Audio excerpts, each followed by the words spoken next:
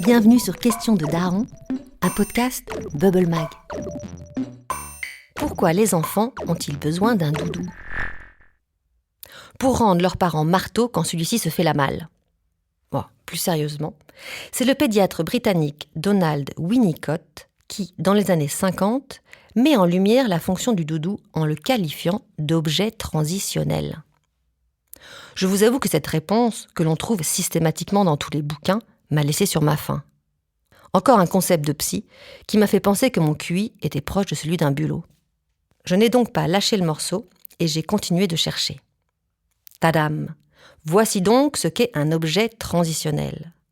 C'est un objet qui aide à faire la transition entre une étape psychologique et une autre. Tout simplement. Pas la peine de frimer avec des mots savants. Mais de quelle transition parle-t-on ? De quelle étape psychologique s'agit-il ? Celle de la séparation. Je m'explique.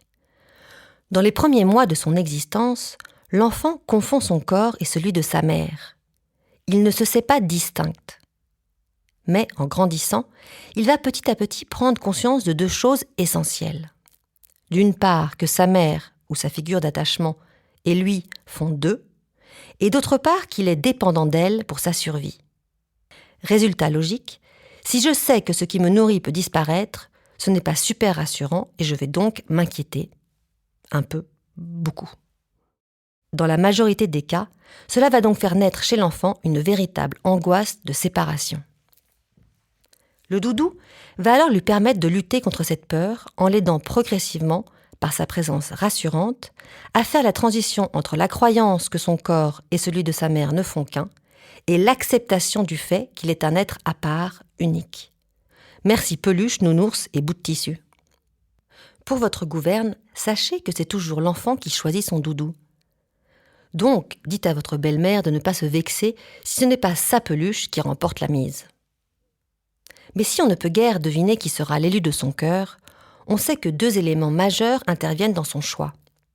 La capacité du doudou à retenir les odeurs et sa douceur.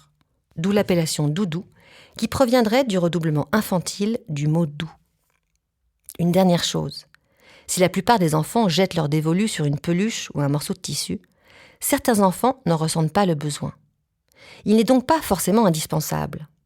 Et d'ailleurs, tant mieux. Cela vous évitera les affres du doudou perdu. Mais ça, c'est une autre affaire. Question de daron ? Les darons, posez vos questions en envoyant un mail à podcast@bubblemag.fr. À bientôt.